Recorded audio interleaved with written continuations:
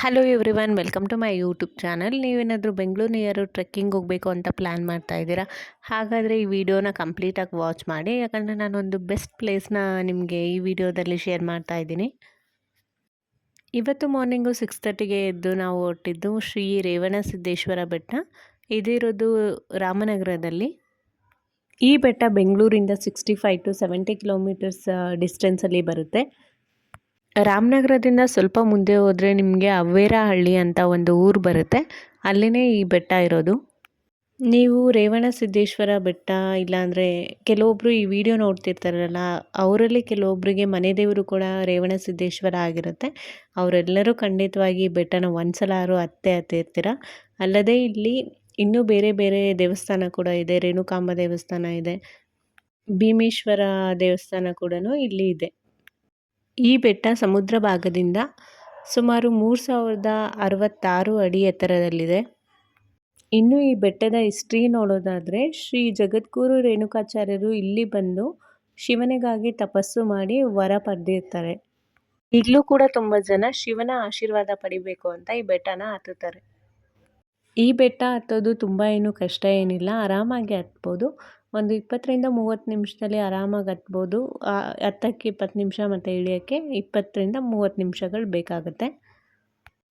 ಹೇಳಿದ್ನಲ್ಲ ಮಾರ್ನಿಂಗ್ 6:30ಗೆ ಇವತ್ತು ಬಂದ್ವಿ ಅಂತ. ನಾವು ಅಲ್ಲಿ ರೀಚ್ ಆಗೋ ಅಷ್ಟರೊಳಗೆ 9:15 ಆಯಿತು. ಅಂದರೆ ಮಿಡಲಲ್ಲಿ ಬ್ರೇಕ್ಫಾಸ್ಟ್ ಅದಕ್ಕೆಲ್ಲ ನಾವು ಸ್ಟಾಪ್ ಮಾಡಿದ್ವಿ ಗಾಡಿನ. ಅದರಿಂದ ಸ್ವಲ್ಪ ಲೇಟ್ ಆಯಿತು. ಇಲ್ಲಿ ನೋಡ್ಬೋದು, ಸ್ಟಾರ್ಟಿಂಗಲ್ಲಿ ನಾವು ಎಂಟ್ರಿ ಆಗಿದ ತಕ್ಷಣ ಈ ಥರ ಇರುತ್ತೆ. ಒಳಗಡೆ ಹೋಗ್ತೀವಿ ದೇವಸ್ಥಾನ. ಅಲ್ಲಿ ರೇಣುಕಾದೇವಿ ದೇವಸ್ಥಾನ ಇರುತ್ತೆ ಸ್ಟಾರ್ಟಿಂಗಲ್ಲಿ ನಮಗೆ. ಈ ದೇವಸ್ಥಾನ ಫುಲ್ಲು ಅಂದರೆ ಬಂಡೆಗಳಿಂದ ನಿರ್ಮಿಸಿರ್ತಾರೆ. ಅಂದರೆ ಬಂಡೆಗಳ ಮಧ್ಯೆನೇ ದೇವಸ್ಥಾನ ಇರೋದು ಇದು. ದೇವರ ದರ್ಶನ ಮಾಡಿ ನಾವು ಕೂಡ ಬೆಟ್ಟ ಹತ್ತಕ್ಕೆ ಸ್ಟಾರ್ಟ್ ಮಾಡಿದ್ವಿ.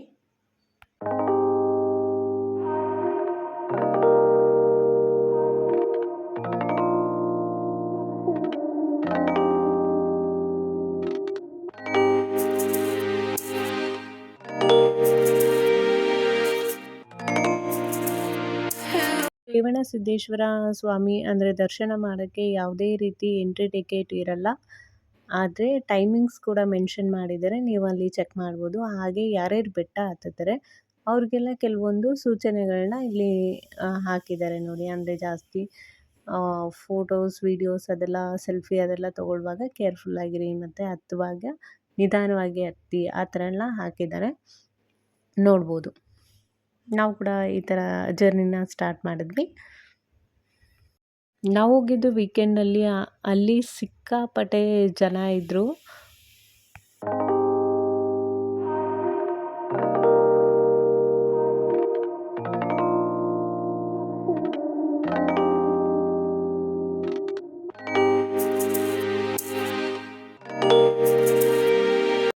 ಒಬ್ಬೊಬ್ಬರು ಕೂಡ ಒಂದೊಂದು ಥರ ನಂಬಿಕೆ ಇಟ್ಟಿರ್ತಾರೆ. ಅಂದರೆ ದೇವರ ಮೇಲೆ ಇರ್ಬೋದು, ಇಲ್ಲ ಕೆಲವೊಂದು ಆಚರಣೆಗಳ ಮೇಲೆ ನಂಬಿಕೆ ಇಟ್ಟಿರ್ತಾರೆ. ಇಲ್ಲೂ ಕೂಡ ನಾವು ಬೆಟ್ಟ ಹತ್ತುವಾಗ ಒಂದು ನನಗೆ ವಿಶೇಷವಾಗಿ ಕಂಡಿದ್ದು, ಈ ಥರ ಬೆಟ್ಟಗಳ ಹತ್ರ ಚಿಕ್ಕ ಚಿಕ್ಕದು ಕಲ್ಲುಗಳನ್ನ ಇಟ್ಟಿದ್ರು. ಅಂದರೆ ನನಗೂ ಕೂಡ ಇದು ಈ ಮುಂಚೆ ಗೊತ್ತಿರಲಿಲ್ಲ. ಇದೇ ಫಸ್ಟ್ ಟೈಮ್ ನಾನು ನೋಡಿದ್ದು ಈ ಥರ ಏನಾದರೂ ನಾವು ಬೆಟ್ಟಗಳ ಹತ್ರ ಅಂದರೆ ಕಲ್ಲುಗಳನ್ನ ಜೋಡಿಸಿ ಇಟ್ಟು ಅಲ್ಲಿ ಬೇಡ್ಕೊಂಡ್ರೆ ದೇವರಿಗೆ, ನಾವೇನಾದರೂ ಮನೆ ಕಟ್ಟಬೇಕು ಅಂತ ಇದ್ದರೆ ಅದು ಬೇಗ ನೆರವೇರುತ್ತಂತೆ.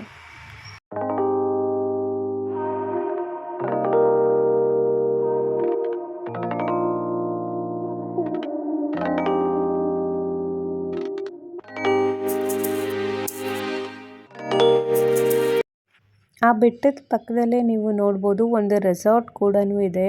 ಹಾಗೆ ಕೆರೆ ಎಲ್ಲ ಇದೆ. ಯಾರಿಗೆಲ್ಲ ಅಂದರೆ ಈಗ ಟ್ರೆಕ್ಕಿಂಗ್ ಮಾಡಬೇಕು, ಹಾಗೆ ಒನ್ ಡೇ ಸ್ಟೇ ಆಗಬೇಕು ಅಂತ ಹೇಳಿದರೆ ಈ ರೆಸಾರ್ಟ್ನ ನೀವು ವಿಸಿಟ್ ಮಾಡ್ಬೋದು. ನನಗೆ ಆ ರೆಸಾರ್ಟ್ ನೇಮ್ ಏನಂತ ಗೊತ್ತಿಲ್ಲ, ಆದರೆ ನೀವು ಅಲ್ಲಿ ನಿಯರೆಸ್ಟ್ ಹೋದ್ರೇ ಅಂದರೆ ವಾಕೇಬಲ್ ಡಿಸ್ಟೆನ್ಸಲ್ಲೇ ಆ ರೆಸಾರ್ಟ್ ಕೂಡ ಇದೆ. ನೀವು ಅಲ್ಲಿ ಹೋಗಿ ಚೆಕ್ ಮಾಡ್ಬೋದು. ನೋಡಿದ್ರಲ್ಲ, ಇಲ್ಲಿ ಬೆಟ್ಟ ಹತ್ತಬೇಕಂದ್ರೆ ಚಿಕ್ಕ ಚಿಕ್ಕ ಮೆಟ್ಲಲ್ಲ ಅದು, ಆದರೆ ಕಲ್ಲಲ್ಲೇ ಆ ಥರ ಮೆಟ್ಲು ಥರ ಕೆಲವೊಂದು ಜಾಗ ಇರುತ್ತೆ. ಆರಾಮಾಗಿ ಹತ್ಬೋದು, ಏನು ತುಂಬ ಏನು ಕಷ್ಟ ಅನಿಸಲ್ಲ. ಸ್ವಲ್ಪ ಕೇರ್ಫುಲ್ಲಾಗೆ ಹತ್ತಬೇಕಾಗತ್ತೆ. ಆದರೆ ಬಹಳ ಅಂದರೆ ಫುಲ್ಲು ಗ್ರೀನರಿ ಆಗಿರುತ್ತೆ ಬೆಟ್ಟ ಫುಲ್ಲು. ಅಕ್ಕಪಕ್ಕದಲ್ಲಿ ಕೋತಿಗಳು ಕೂಡ ಆಗಾಗ ಬಂದು ನಿಮ್ಮನ್ನೆಲ್ಲ ವೆಲ್ಕಮ್ ಮಾಡಿಕೊಂಡು ಹೋಗ್ತಾ ಇರುತ್ತೆ. ನಿಮ್ಗೇನಾದರೂ ಸಾಧ್ಯ ಆದರೆ ಆ ಕಡೆ ಹೋದರೆ ಅದಕ್ಕೇನಾದರೂ ಫ್ರೂಟ್ಸ್ ಇರ್ಬೋದು, ಬೇರೆ ಏನಾದರೂ ಅದಕ್ಕೆ ತಿಂಡಿ ಗಿಂಡಿ ತೊಗೊಂಡೋಗಿ ಕೊಡೋ ಹಾಗಿದ್ರೆ ಕೊಡ್ಬೋದು. ಅದಕ್ಕೂ ಕೂಡ ಖುಷಿ ಆಗುತ್ತೆ.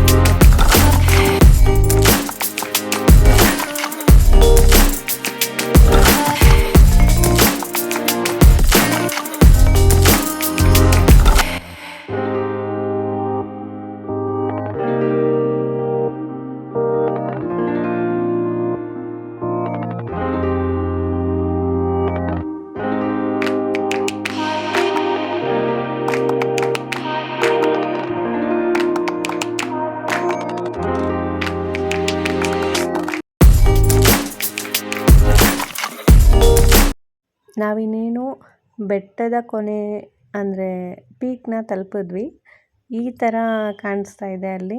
ಪೀಕ್ ನೋಡೋದಿದ್ರೆ ಅಲ್ಲೂ ಕೂಡ ದೇವಸ್ಥಾನ ಇದೆ.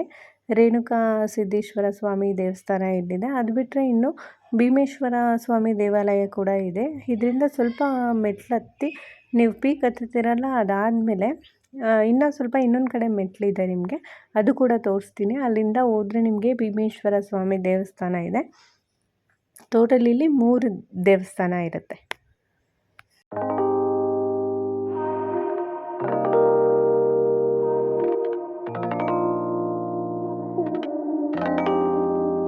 ಈ ಥರ ಬೆಟ್ಟ ಹತ್ತಿ ಆರಾಮಾಗಿ ಒಳ್ಳೆ ಗಾಳಿ ತಗೊಂಡು ಅಲ್ಲೇ ಸ್ವಲ್ಪ ಹೊತ್ತು ಕೂತ್ಕೊಂಡ್ರೆ ಇಷ್ಟು ರಿಫ್ರೆಶ್ ಅನಿಸುತ್ತೆ ಅಲ್ವಾ.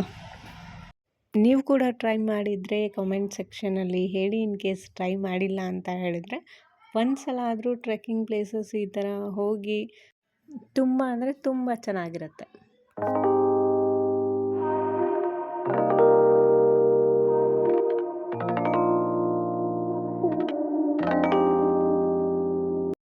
ಇನ್ನು ಈ ಥರ ಕಷ್ಟಪಟ್ಟು ಬೆಟ್ಟ ಹತ್ತು ಸುಮ್ಮನೆ ಬರ್ತೀವ? ಇಲ್ಲ, ಅಲ್ಲಿ ಫೋಟೋಸ್ ತೊಗೊಳ್ಳೋದಂತೆ, ವೀಡಿಯೋಸ್ ತೊಗೊಳ್ಳೋದಂತೆ ಅದಂತೂ ಎಲ್ಲರೂ ತೊಗೊಳ್ತಾರೆ. ಹಾಗೆ ನಾನು ಕೂಡ ಫೋಟೋಸ್ ಮತ್ತು ವೀಡಿಯೋಸ್ ಎಲ್ಲನೂ ಶೂಟ್ ಮಾಡಿಕೊಂಡೆ.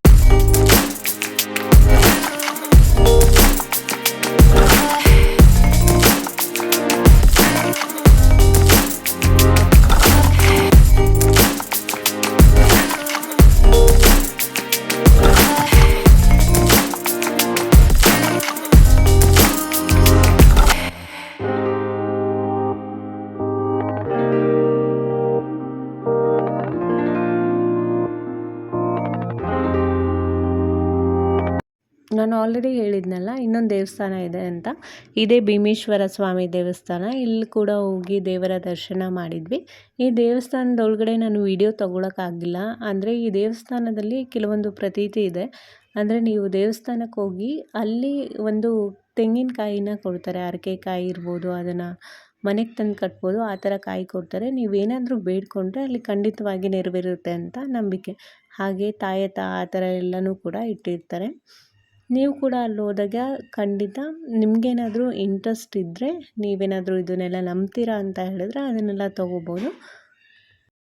ಟ್ರೆಕ್ಕಿಂಗ್ ಎಲ್ಲನೂ ಮುಗಿಸಿ ಈಗ ವಾಪಸ್ ಹೋಗ್ತಾ ಇದ್ದೀವಿ. ಕೆಳಗಡೆ ಬಂದಿದ ತಕ್ಷಣ ಸಿಕ್ಕಾಪಟ್ಟೆ ಟಯರ್ಡ್ ಆಗಿತ್ತು ಅಂತ ಕಬ್ಬಿನ ಜ್ಯೂಸ್ ಕುಡಿದ್ವಿ. ಅಲ್ಲಿ ಇನ್ನೊಂದು ಏನಪ್ಪ ಅಂದರೆ, ನೀವು ಹೋಗ್ಬೇಕಂದ್ರೆ ವಾಟರ್ ಬಾಟಲ್ ತೊಗೊಂಡೋಗಿ, ಅಲ್ಲೆಲ್ಲೂ ನೀರು ಸಿಗಲ್ಲ. ಅದ್ರ ಬದಲು ಐಸ್ ಕ್ರೀಮ್ ಮತ್ತು ಸೌತೆಕಾಯಿ ಹಾಗೆ ಕಬ್ಬಿನ ಜ್ಯೂಸ್ ಎಲ್ಲನೂ ಮಾರ್ತಾ ಇರ್ತಾರೆ. ಆದರೆ ನೀರು ಮಾತ್ರ ಸಿಗಲ್ಲ. ನೀವು ಅಲ್ಲೇ ನಿಯರೆಸ್ಟ್ ಅಂದರೆ ಆನ್ ದಿ ವೇಯಲ್ಲಿ ತುಂಬ ಅಂಗಡಿಗಳೆಲ್ಲ ಸಿಗುತ್ತೆ, ಅಲ್ಲಿ ತೊಗೋಬೋದು. ಇದೇ ಥರ ವೀಡಿಯೋಸ್ಗಾಗಿ ನನ್ನ ಚಾನಲ್ನ ತಪ್ಪದೇ ಸಬ್ಸ್ಕ್ರೈಬ್ ಮಾಡಿ. Thanks for watching.